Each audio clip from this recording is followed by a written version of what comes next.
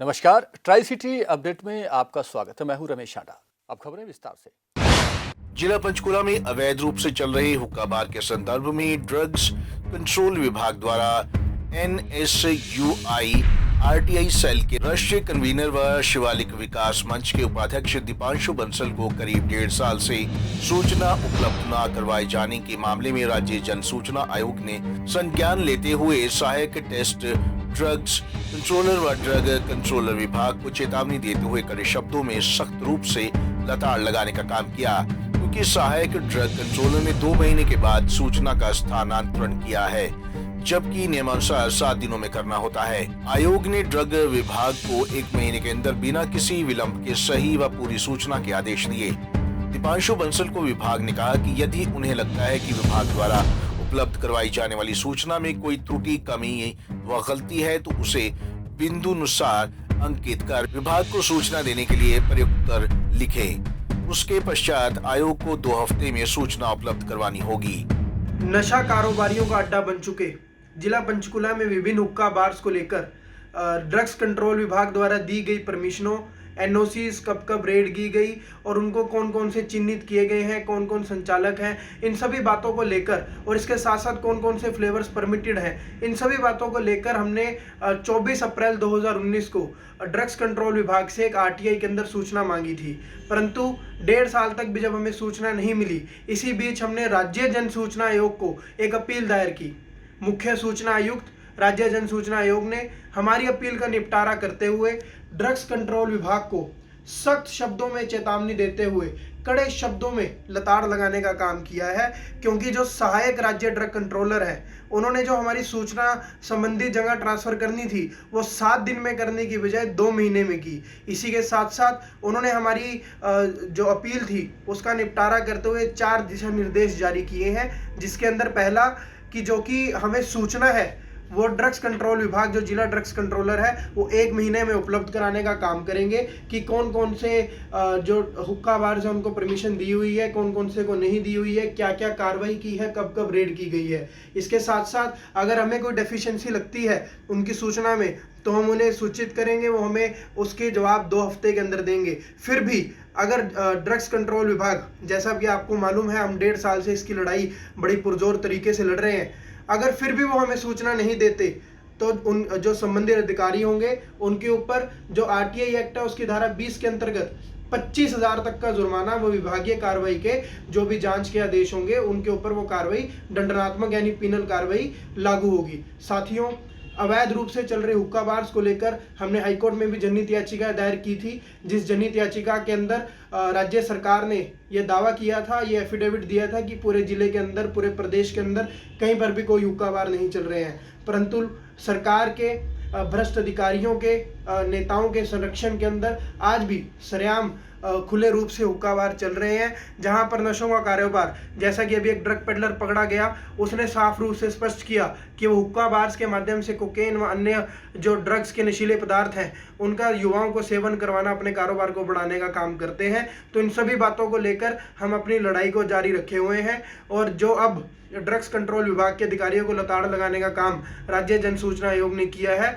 इसका हम स्वागत करते हैं और हम आशा करते हैं कि जो हमने सूचना मांगी थी ड्रग्स कंट्रोल विभाग हमें सीमित समय के अंदर उस सूचना को उपलब्ध कराने का काम करेगा। हालांकि मामले को लेकर राज्य सरकार कोई ठोस कार्रवाई नहीं कर रही, जिसके कारण युवाओं को माननीय हाईकोर्ट व सरकार के आदेशों के बावजूद धड़ल्ले से चलाया जा रहा है। हाल ही में पुलिस द्वारा पकड़े गए ड्रग पेडलर द्वारा विभिन्न हुक्का बार में कोकेन समेत अन्य ड्रग्स को बेचने व कारोबार बढ़ाने से ये साबित हो गया है कि विभिन्न हुक्का बार में नशों का कारोबार सरेआम चलता है। Bureau report, Punjab Kesari TV, Chandigarh.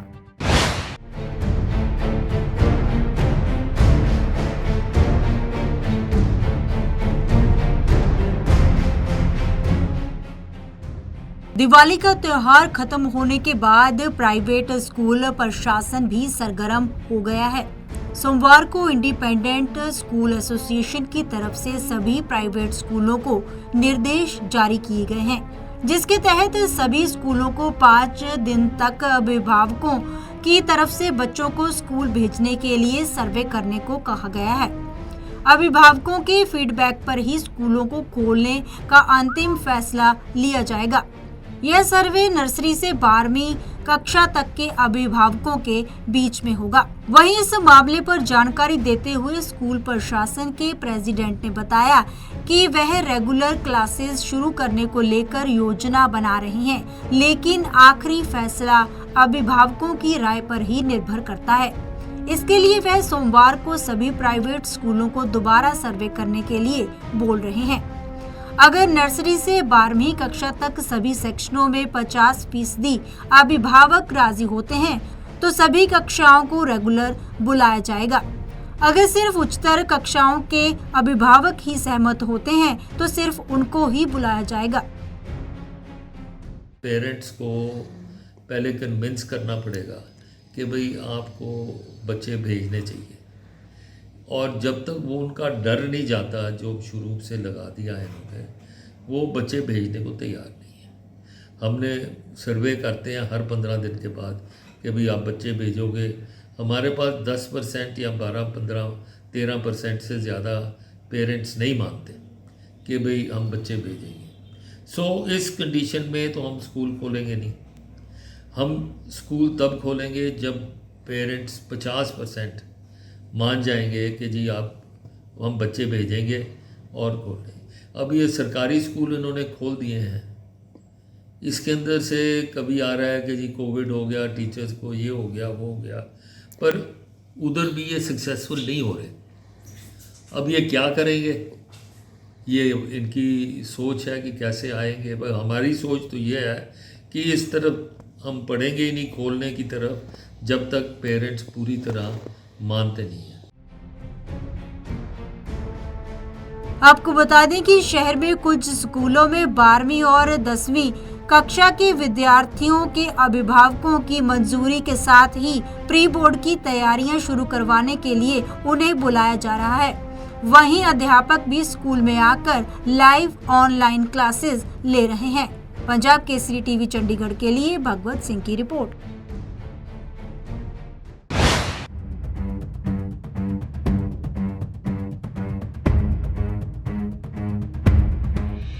Panchkula crime branch 19 ने चंडीगढ़ से अवैध शराब लाकर हिमाचल में बेचने वाले एक तस्कर को गिरफ्तार करने में सफलता हासिल की है। पंचकूला पुलिस ने लॉकडाउन के दौरान 40 पेटी देसी शराब के साथ एक अमरजीत नाम के आरोपी को गिरफ्तार किया था, लेकिन दूसरा आरोपी जर्नैल मौके से भाग गया था। लेकिन पंचकूला क्राइम ब्रांच 19 की टीम ने आरोपी जर्नैल उर्फ जेला को पंचकूला के इंजोर के गाँव किरतपुर से गिरफ्तार किया है। पकड़े गए आरोपी को पुलिस कोर्ट में पेश कर उसकी पुलिस रिमांड की मांग करेगी। जर्नैल सिंह उर्फ जेला है, ये गांव किरतपुर का रहने वाला है। जिसको 40 पेटी दारू में हमने गिरफ्तार किया था और ये फरार चल रहा है तब से। उसके साथी था पहले, उसको गिरफ्तार किया था, अब ये उसको कल गिरफ्तार किया है और आज के कोर्ट में पेश किया जाएगा। तो बता रहा है कि मणि माजरा वगैरह कहाँ से बताएंगे, अभी निशानदेही कराएंगे, रिमांड देंगे इसका 2 दिन का। उसके बाद आगे देखते हैं कहाँ आगे बेचा करते थे। ये हिमाचल वगैरह में बेचता था, घर बत्ती वगैरह, ये कहाँ पे निशानदेही करने हैं। और भी लोग शामिल है इसमें? ठीक है, अभी तो इसने कुछ नहीं बताया, इसका रिमांड के दौरान देखते हैं अभी तो। क्राइम ब्रांच 19 के जांच अधिकारी रविंदर सिंह ने बताया कि पकड़ा गया आरोपी जर्नैल चंडीगढ़ से देसी शराब लाकर हिमाचल में बेचता था और क्राइम ब्रांच 19 ने इस मामले में एक आरोपी को पहले ही गिरफ्तार कर लिया था। पुलिस ने बताया कि आरोपी जर्नैल मौके से फरार हो गया था और उसे अब पकड़ने में सफलता हासिल की है। पुलिस ने बताया कि पकड़े गए आरोपी से रिमांड के दौरान पूछताछ की जाएगी ताकि ये पता लगाया जा सके कि आरोपी कहां पर शराब की सप्लाई करते थे। Bureau report, Punjab Kesari TV Chandigarh. इस वक्त की बड़ी खबर चंडीगढ़ से। प्लम्बर का खून से लथपथ शव मिलने से इलाके में मचा हड़कंप। चंडीगढ़ थाना 34 क्षेत्र एरिया के अंतर्गत करता था काम। सेक्टर 44 के लेबर चौक के पास वाली झाड़ियों में पड़ा मिला था शव। मृतक की पहचान जगतपुरा के रहने वाले 32 साल के जसपाल के रूप में हुई। पुलिस ने मामला दर्ज कर जांच शुरू की।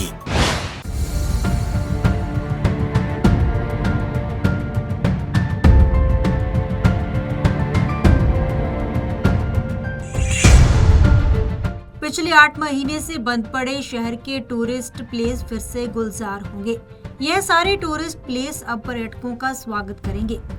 गवर्नर वीपी सिंह बदनौर ने rock garden, capital complex, state museum, Tagore theatre सहित सारे सैर सपाटा स्थानों को फिर से खोलने की मंजूरी दे दी है।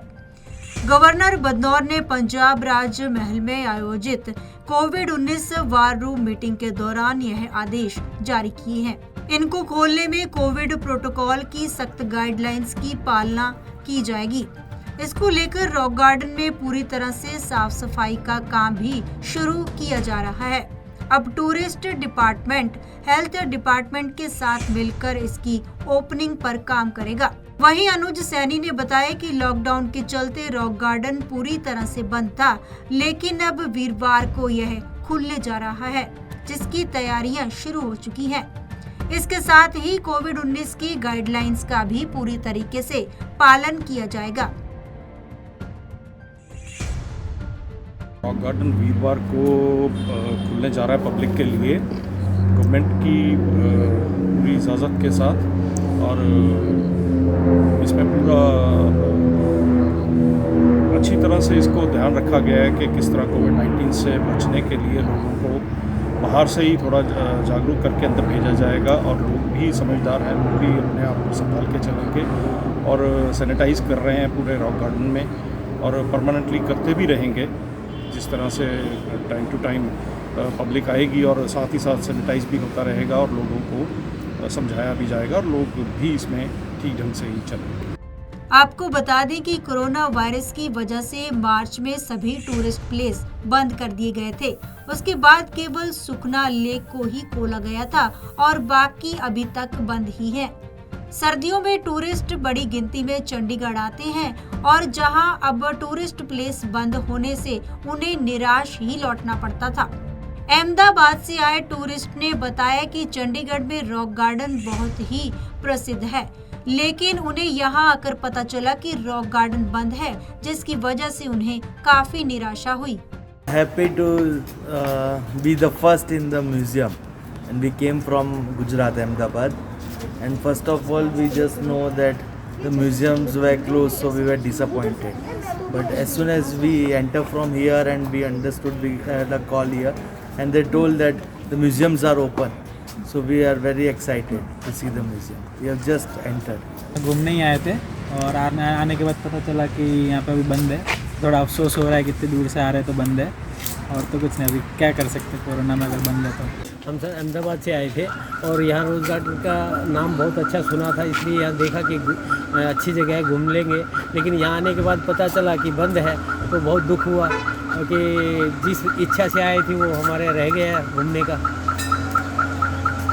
चंडीगढ़ में कोरोना के मामले काफी बढ़ते जा रहे हैं, जिसको देखते हुए प्रशासन ने यह आदेश दिए हैं कि बंद पड़े शहर के टूरिस्ट प्लेस फिर से खोले जाएं और पर्यटकों का स्वागत किया जाए। इसके मद्देनजर रॉक गार्डन में साफ सफाई के साथ साथ सैनिटाइजेशन का काम भी चल रहा है।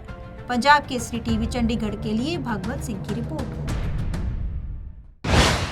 पंचकुला में चोरों के हौसले इस कदर बुलंद हो गए हैं कि सेक्टर 6 स्थित नागरिक अस्पताल से लाखों रुपए के कंप्यूटर चोरी करके ले गए, जबकि अस्पताल में प्राइवेट सिक्योरिटी और पुलिस चौकी भी है, बावजूद उसके भी चोरी हो गई। इससे अंदाजा लगाया जा सकता है कि चोरों के हौसले कितने बुलंद हैं। अस्पताल में कोई चोरी की पहली वारदात नहीं है। इससे पहले अस्पताल से ई रिक्शा और LCD भी चोरी हो चुकी है। आपको बता दें कि सोमवार देर रात चोर पुरानी बिल्डिंग में घुसे और कोविड को लेकर बनाए गए जिला कंट्रोल रूम से चोरी कर फरार हो गए। सुबह अस्पताल का स्टाफ जब रूम में पहुंचा तो उन्होंने देखा कि कमरे के कंप्यूटर चोरी हो चुके हैं। सर ये हॉस्पिटल की पुरानी बिल्डिंग है और इसमें कोविड का सेंटर बना हुआ है। तो इसमें जैसे 13 तारीख को ड्यूटी पे आए थे सारे, और उसके बाद 14-15 की छुट्टी हो गई। तो जैसे इन्होंने बताया कि 16 तारीख को दरवाज़ा खुला मिला और अंदर से सारे कंप्यूटर थे जो वो सारे गायब मिले। तो हमारे को कंप्लेंट मिल चुकी है और इसमें हम आगे जांच कर रहे हैं और जल्द से जल्द जैसे भी कोई सुराग लगेगा इस चोरी को रिकवर कराने की पूरी कोशिश की जाएगी। तो राउंड फिगर कितने का जो कंप्यूटर का सामान था इसमें? अभी वैसे हम इनसे बिल ले रहे हैं कि थोड़ा है सामान तो काफ़ी कॉस्टली है उनका। अभी अमाउंट जैसे एक बार पता कर लेंगे कितने लगभग बिलों के हिसाब से, तो जैसे भी है रिकवरी करेंगे। तो कोई सीसीटीवी कैमरा भी लगा रखा था इन्होंने यहाँ पे? सीसीटीवी कैमरे इस पुरानी बिल्डिंग में है नहीं, और बाहर की साइड में है। बाहर से भी हम पूरी कोशिश करेंगे भी अगर कोई ना कोई सुराग लगेगा तो चोरों के बारे में पता लगाएंगे। तो जिस प्रकार से ये कंप्यूटर चोरी हुए तो एक आदमी का काम नहीं लगता ये तो? हाँ, कोई ना कोई किसी मतलब ये भी हो सकता है भी कोई अंदर जान पहचान का बंदा हो सकता है, मिली वक्त में भी ये काम हो सकता है हमारे किसी वृद्धि आदमी का जी। हाँ, फिर भी हम अपने तौर पर पता लगाकर इस चोरी को ट्रेस करेंगे। बहरहाल पुलिस ने मामला दर्ज कर जांच शुरू कर दी है। पुलिस का कहना है कि जल्द ही चोरों को पकड़ लिया जाएगा। Bureau report, Punjab Kesari TV, Chandigarh.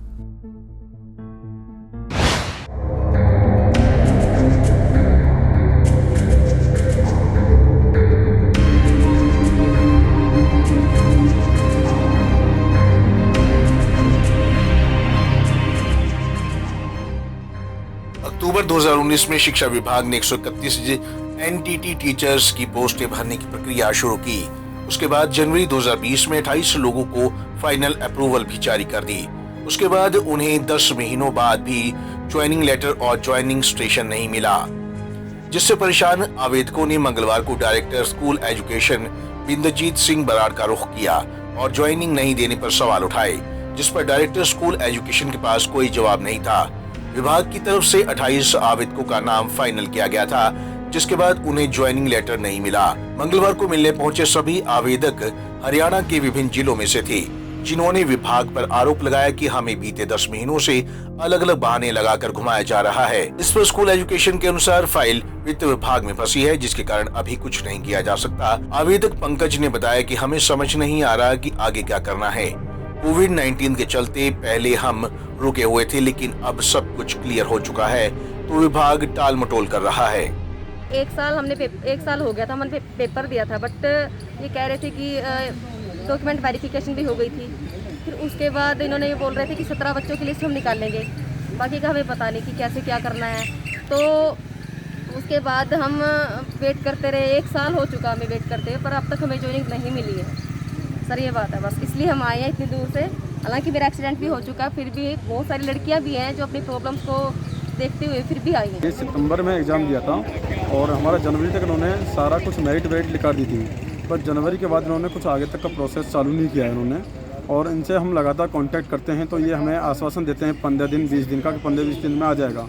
और ये डिपार्टमेंट्स में किसी, अगर इनके डायरेक्टर से बात करते हैं वो कहते हैं कि फ़ाइल गई है फाइनेंस के पास, अगर उससे नीचे लेवल पर बात करते हैं वो कहते हैं कि फ़ाइल गई है हमारी फाइनेंस के पास, और किसी से बात करते हैं वो कहता है एनसीटी में गई है। मतलब कोई करेक्ट इन्फॉर्मेशन नहीं दे रहा, सब हमको आगे के बेवकूफ़ बनाया जा रहा है हमको कि ये फ़ाइल एनसीटी गई है, वहाँ गई है एनसीटी, ये फ़ाइल ये फरवरी से ही एनसीटी डिपार्टमेंट को भेज रहे हैं। और हमको यही पता करना है कि ये फाइल हमारी है कहाँ, क्या है, कितना दिन प्रोसेस में लगेगा, हमारा रिजल्ट जल्द से जल्द क्लियर करवाएंगे। 13 दिसंबर को हमारी फर्स्ट डॉक्यूमेंट वेरिफिकेशन राउंड हुआ था, जिसमें हमारी SCRT की डिग्री को जो है इनवैलिड बता दिया गया था, पर उसकी डॉक्यूमेंट वेरिफिकेशन जो थी वो 23 दिसंबर को हुई थी। उसके बाद मतलब स्टार्टिंग में प्रोसेस बहुत फास्टली हो रहा था, जिससे ये लग रहा था कि भाई ज्वाइनिंग जो है वो बहुत ही जल्दी हो जाएगी। पर जनवरी के बाद कोई भी इन्फॉर्मेशन जो है वो डिपार्टमेंट की तरफ से नहीं दी गई है, ना ही इनकी अब साइट ओपन हो रही है। जो पहले फाइल्स अपलोड की गई थी साइट पे वो भी ओपन नहीं हो रही है। और डिपार्टमेंट में फ़ोन करते हैं तो हमें यही बोला जाता है, मेन हेड से बात नहीं होती, जो उनके नीचे काम करते हैं उनसे ही बात होती है। वो यही कहते हैं कि भाई हमें यही इन्फॉर्मेशन मिली है कि आपकी जो ज्वाइनिंग लेटर्स है या उससे रिलेटेड जो भी लिस्ट है वो 15-20 दिन में आपको मतलब साइट पे मिल जाएगी और साइट भी ओपन हो जाएगी। 15-20 दिन बाद फिर से हम कॉल करते हैं, फिर से हमें वही 1-2 महीने का आश्वासन जो है वो दे दिया जाता है। आपको बता दें कि शिक्षा विभाग ने एनटीटी की पोस्टें भरने की प्रक्रिया शुरू की तो उस समय एनटीटी सर्विस रूल्स का स्पष्टीकरण नहीं था। विभाग ने आवेदन दिए तो एनटीटी 1 और 2 साल के आवेदक पहुंचे। पंजाब में एनटीटी 1 साल की होती है, जबकि हरियाणा में एनटीटी का कोर्स 2 सालों का था, जिसमें विभाग उलझ गया। यदि 2 साल वाली एनटीटी को ज्वाइनिंग देते हैं तो सिर्फ 28 पोस्टें भर रही थी, जबकि 1 साल की एनटीटी को ज्वाइनिंग देने पर हरियाणा के आवेदक परेशानी बन सकते थे, जिसके चलते विभाग अभी तक कोई भी नियुक्ति नहीं कर पाया है। पंजाब केसरी टीवी चंडीगढ़ के लिए भगवत सिंह की रिपोर्ट।